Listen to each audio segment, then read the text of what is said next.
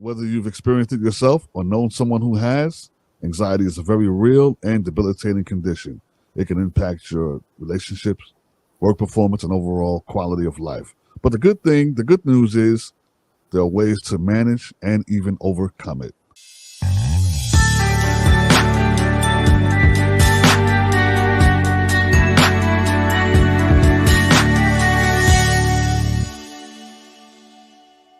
You're watching the Power Hour. I'm your host, DJ Larry Jones, along with my co-host, Tamar.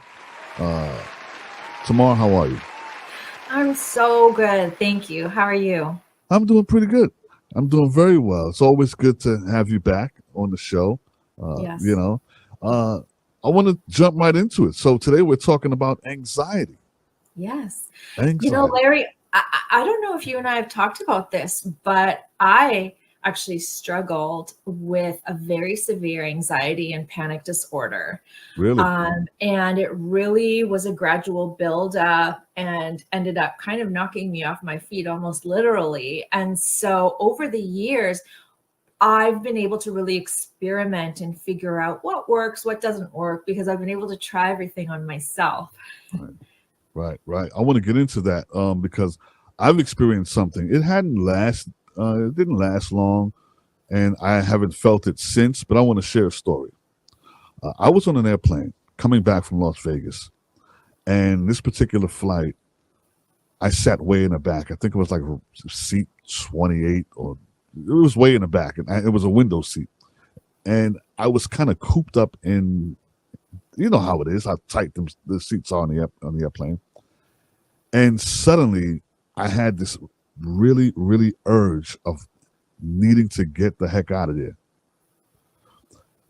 It overtook me so bad that I was that close to jumping up and becoming one of those people that you see, with the cell phones. Oh, he's going crazy. I felt like I was going to just scream out, let me off, let me out. I don't know where it came from. I don't know how it happened or where it came from, but I kindly asked the guy next to me, I said, would you mind if we switched seats? And I took the aisle seat. I just felt so closed up and trapped in that little corner that it almost drove me insane for that moment. But I caught myself. I took a deep breath. I closed my eyes. I asked the young guy next to me, I said, well, can we exchange seats? He said, yeah, we switched seats. And by me just sitting in the aisle seat gave me room, and I calmed down. Now, what do you think that came from? And could it possibly come back? Oh my gosh. So classic panic attack. I've been there, actually. I've been in the exact same situation. I was on a really small seaplane. Yeah. And it was quite turbulent, and this thing was small, and I had that exact same instinct of just wanting to jump out. Right.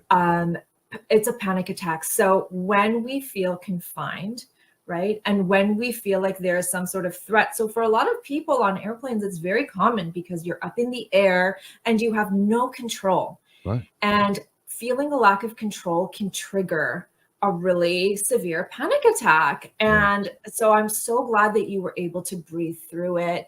You were able to make yourself more comfortable by actually stretching out, lower your heart rate. The breathing, the closing the eyes was able to lower your heart rate. Yeah. Could it come back? Perhaps. However, now you already instinctively have a few tools under your belt for how to manage it if something does. And the thing with anxiety and panic attacks is when you know how to manage them, and we'll get into this a little bit more with different tips and tricks that people can use. But now that you've been there and you've managed it and you've gotten over, the next time that it happens, there's a good chance it'll be a lot less severe and you'll be able to catch it more quickly. Yeah, it was pretty frightening. I didn't know what was happening. And it brought me back to, and when it was over, I found it to be kind of funny. I said, what if I would have jumped up and started rambling? Let me off, and found myself on YouTube going viral for that. That would have been a mess. I mean, I keep hearing that no publicity is bad publicity, so you never know. Right. What I would say is in a situation, so panic attacks are very scary, by the way. Yeah. So people experiencing panic attacks don't necessarily always know that that's what they are experiencing. Sometimes they think that they're experiencing a heart attack, Yeah. or a migraine so bad that perhaps they have something wrong, maybe a brain tumor, because our imaginations will go to really crazy Oh, places when we're yeah. stressed. And it's that moment of your body going into fight or flight when things do feel really out of control. And it can be a very scary feeling. And I'm going to give you one suggestion, Okay. which is going to sound really counterintuitive, but this is the best possible way to nip a panic attack in the bud. And that's actually to invite it to get even stronger. Really? The funny thing is when we surrender to those really scary symptoms and we go, like in your case, if you would have said on the airplane, okay, body, you know what? You want to freak out? Like, give me everything. Give me a heart attack. Go ahead. Make it happen, right? Because you're so scared. Your body's so tense. It doesn't know what to do. Short of jumping up and starting to frighten everybody else on the aircraft, when we surrender to those really scary symptoms and we actually invite them to get stronger, what often happens is they end up diffusing. For that person that's having those really severe heart palpitations because they're in stress mode, but they feel like, oh no, what if I have a heart attack? The problem is then the fear of having a heart attack makes the symptoms get even stronger, right? Because it's that fear of the unknown. You don't know what's going to happen, and you don't know, how is my body possible? Am I going to shut down? Am I going to have to go in an ambulance? And it's in the process of going, okay, body, I surrender to you, do your thing. If you want to have a heart attack, give me the heart attack. And most often the exact opposite happens. And you realize, okay, a few minutes has gone by. I'm still okay. I'm still here. And that thing that I really feared isn't happening. Right. It's almost like being stuck in the elevator. You start panicking, but if you just relax and calm down and just deal with the fact that you're in the elevator, someone will get you out soon enough. Eventually you'll get out and everything will be okay. Now, how would you define anxiety? Yeah. Anxiety gets a bad rap because a lot of people think I have anxiety, so I need to treat the anxiety. However, anxiety in itself is not actually a feeling. Anxiety is your symptom that there's some other emotion going on that you're not addressing. It could be sadness, it could be anger, it could be resentment. There's something going on under the surface that's stuck. And until you start to really go a little bit deeper and you go, okay, I'm having anxiety. Why am I having anxiety? Oh, I'm having anxiety because I'm really stressed out because of my job, right? And I'm really resentful that I have to go there every single day. Okay, let me deal with that and let me figure that out. And then once you start to manage the underlying feelings that are causing the anxiety, really great starting point for dealing with it. All right, now, what are some symptoms of anxiety? Is it gradually? How does it come about? It's interesting that you ask that. I will tell you my personal experience with anxiety because it's really interesting because it was years in the making, potentially even longer. And I never, ever, ever identified with an anxiety sufferer. When I would hear people that say I have anxiety, I never thought that's me. I thought I'm a high-strung person. I'm just a worrier. So yeah, I would try to go to bed at night and my brain would be spinning and spinning because I would be creating scenarios that could happen and might happen and I didn't want to have happen. And by the way, 99% of things that you fear that are going to happen don't happen. Don't happen. Yeah, they don't happen. So for me, it was very, very gradual. And what ended up happening is I had a series of really traumatic events in a fairly short amount of time. And even then I said, okay, let me get therapy. And I'm just, I'm a new mom now. I have a family. I don't really have time to deal with this stuff. I'm going to move on. I'm going to be tough. I'm going to choose to, to move forward. And I'm going to put it behind me. In the situation where you can do that, that's great. For a lot of people, that's really hard to do. So what ends up happening is your anxiety will start to come out in different ways. And it's different for everybody. For me, it started out as migraine headaches. And I thought, okay, well, I have migraines. Then I started getting a really bad pain in my neck. My neck got really tense. And I thought, well, what parent of young children doesn't have a pain in the neck? That's probably normal. And then I started getting lightheaded. And then I started thinking, oh gosh, I wonder if something's wrong. And it literally, Larry, it had to knock me down. And I actually had to go to the hospital. I was hospitalized for physical symptoms, and I still didn't realize that it was just anxiety. So I was having MRIs and CAT scans, and I was thinking one of two things. Number one, doctors just haven't been able to find what's wrong. Right. Or avenue number two is it's so rare that they don't even know what it is if they were to find it. Yeah. No, it was just anxiety. So that's why I say anxiety can be a really scary thing, because it can actually manifest itself very physically. Yeah. People get a whole range of emotions. People get shaky hands. People get heart palpitations, or their heart really races, and then they fear that maybe they have high blood pressure, or they're going to get a heart attack and things like that. So my advice is, when something feels a little bit off, right, and you don't feel peaceful and happy, our natural state is calm and happy. And if you are feeling something outside of that, or if you have a really nagging physical symptom, maybe start to think about it and look into it a little bit. Yeah. Now, does meditation help? Can it help? Yes. Actually, it's interesting, because what got me into the mindset world wasn't me wanting to be this amazing version of myself and law of attraction and manifestation. No, I had hit a rock bottom with my health. And as soon as I realized that it was my anxiety that was causing my physical symptoms, I said to myself, I can go down two roads. Road A is I just kind of learned to cope and deal with it. A road B, or second road, is I can actually start to understand how the brain works and how my body works. And I can start to understand anxiety so that I can heal my mind and heal my body. So manifestation, and you'll find a lot of the things that we talk about on our calls, the I am affirmations and the manifestations, those are really key to overcoming anxiety. Because I was going to say the funny thing is, but it's actually a really amazing thing, is that I use those same I am affirmations in my headphones every single night. I am healthy. I am calm. I am at peace. I am safe. I listened to those for months thinking, okay, I don't have any other tools right now, so let me do this. And in fact, very quickly, it started to become my new identity. Right. Now, what causes anxiety? Do we know what causes it? I think it varies for people. So you can have things that cause anxiety that are really major events that are traumatic, of course. And it doesn't need to be the car accident. It can be, we moved to a new home as a child and I felt really out of place. So trauma can be big emotional events, life events, right? That we can pinpoint and we can go, oh yeah, that was really hard when that happens. But the interesting thing is that anxiety can also come in really, really tiny doses. There can be a comment that a parent made in front of you as a child that really stuck with you. Maybe it hurt you in the moment and you didn't even know it because you were a little kid. But over time, that little thought started to shape your identity. And so that can also cause anxiety. Anxiety can be caused by different emotional triggers that cause you to feel something outside of yourself and trigger those other deeper emotions like sadness, anger, hurt, resentment, etc. Okay, right. Now, for someone who may be dealing with anxiety, what are some of the things they can do to possibly get rid of it? Let's just say, well, let me ask this.